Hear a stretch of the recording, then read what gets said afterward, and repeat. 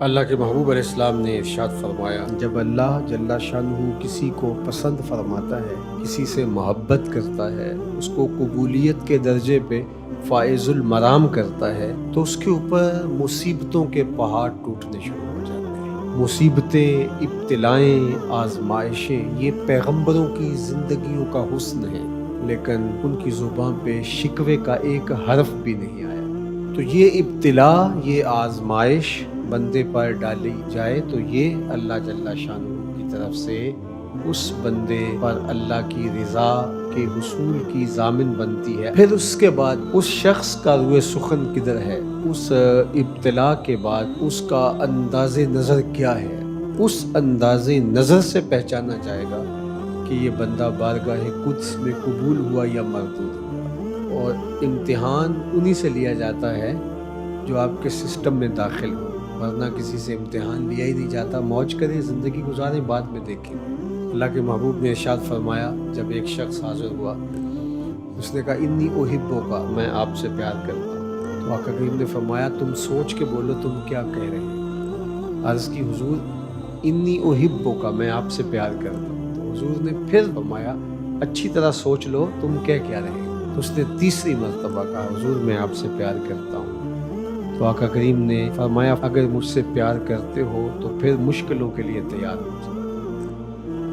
جو سیس تلی پہ دھر نہ سکے وہ پریم نگر میں آئے کیوں؟ اس کوچے میں ملامتیں بھی سہنی پڑتی ہیں، تکلیفیں بھی اٹھانی پڑتی ہیں، پھر فصیلے دار پہ سروں کا چراغاں بھی کرنا پڑتا ہے، دکھ جھیلنے پڑتے ہیں، تکلیفوں سے گزرنا پڑتا ہے، لیکن ان سارے پروسیس کے باوجود زبان پر شکوے کا ایک حرف بھی نہیں آنے دینا ہوتا۔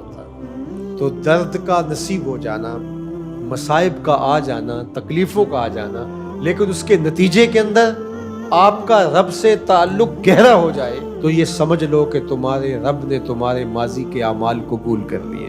دوسرا سبب حضرت ابو ہریرہ رضی اللہ تعالیٰ عنہ سے کہ جب اللہ کسی بندے سے محبت کرتا ہے تو جبریل امین کو اللہ تعالیٰ آواز دیتا ہے کہ فلاں بندے سے میں محبت کرتا ہوں، تو بھی اس سے محبت کیا کر۔ تو جبریل اس سے محبت کرنے لگ جاتے ہیں۔ ثم ینادی فی السماء، پھر آسمان میں منادی کروا دی جاتی ہے کہ فلاں بندے سے اللہ محبت کرتا ہے، جبریل امین محبت کرتے ہیں، لوگوں تم بھی اس سے محبت کیا کرو۔ تو لوگ بھی جو آسمانی دنیا کے ہیں وہ اس سے محبت کرنے لگ جاتے ہیں۔ پھر اس کی قبولیت کو دنیا میں رکھ دیا جاتا ہے، لوگ اس سے پیار کرنے لگ جاتے ہیں، لوگ اس سے محبت کرنے لگ جاتے ہیں۔ یہ اس بات کی دلیل ہے کہ اللہ تعالیٰ نے اس شخص کی جد و جہد کو، اس کی نمازوں کو، اس کے روزوں کو، اس کے اعمال خیر کو، اس کی خدمات دینیہ کو، اس کی اچھائیوں کو، اس کے سجدوں کو، رکوع، قیام اور سجود کو اپنی بارگاہ میں قبول فرمایا ہے۔ محبوب علیہ السلام نے ایک تیسری چیز ارشاد فرمائی، جب اللہ جل شانہ کسی بندے کے لیے خیر کا ارادہ کرتا ہے تو موت سے قبل اس کو اچھے اعمال کی بے تحاشا توفیق عطا کر دیتا ہے۔ تو یہ اس بات کی دلیل ہے کہ رب نے اس کو اپنی بارگاہ میں قبول فرما لیا۔ چوتھا سبب علماء نے یہ بیان فرمایا کہ التوفیق للطاعہ، اطاعت کی توفیق کا میسر آ جانا، اور یہ بھی اس سے جڑی ہوئی چیز ہے جو میں نے ابھی آپ کے سامنے رکھی۔ ورنہ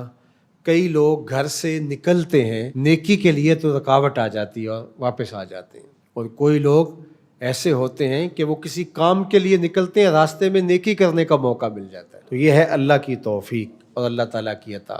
ایک یہ سبب بھی علماء نے بیان کیا، ان یفرح العبد اذا ذکر اللہ، کہ بندے کی کیفیت ایسی ہو جاتی ہے اس نیکی کے مسلسل اعمال کے بعد کہ بندہ جب کوئی پھر نئی نیکی کرتا ہے اس کو چاہ چڑھ جاتا ہے، وہ نیکی سے خوشی، روحانی مسرت، باطنی فرحت و بشاشت محسوس کرتا ہے۔ لیکن اگر نیکی کرنے کے باوجود کوئی فرحت نہیں ہوتی اور گناہ کرنے کے باوجود کوئی ندامت اور شرمندگی نہیں ہوتی تو پھر سمجھو کہ یہ اندر کا معاملہ خراب ہو چکا ہے، اس کے علاج کی طرف متوجہ ہونا پڑے گا۔ تو بہرحال یہ علامتیں ہیں، ہم اللہ کے حضور عرض گزار ہو سکتے ہیں، مالک یہ مبارک مہینہ گزرا، ہم نے اپنی کوشش کے مطابق جو ہم سے ممکن ہوا، بہت کمزور ہیں، ہماری نمازیں بے روح، ہمارے سجدے رکھے، ہمارے اعمال بہت ساری چیزوں سے لتھڑے ہوئے، تو یہ روزے رکھے، نمازیں پڑھی، جو کچھ جیسا بھی ہے مالک ہم سے تو یہی ممکن تھا، اور ہماری کوتاہیوں کی وجہ سے ایسے ٹوٹے پھوٹے سجدے ہم سے ہو سکتے تھے، مالک جو ہوئے اپنی بارگاہ میں قبول فرما،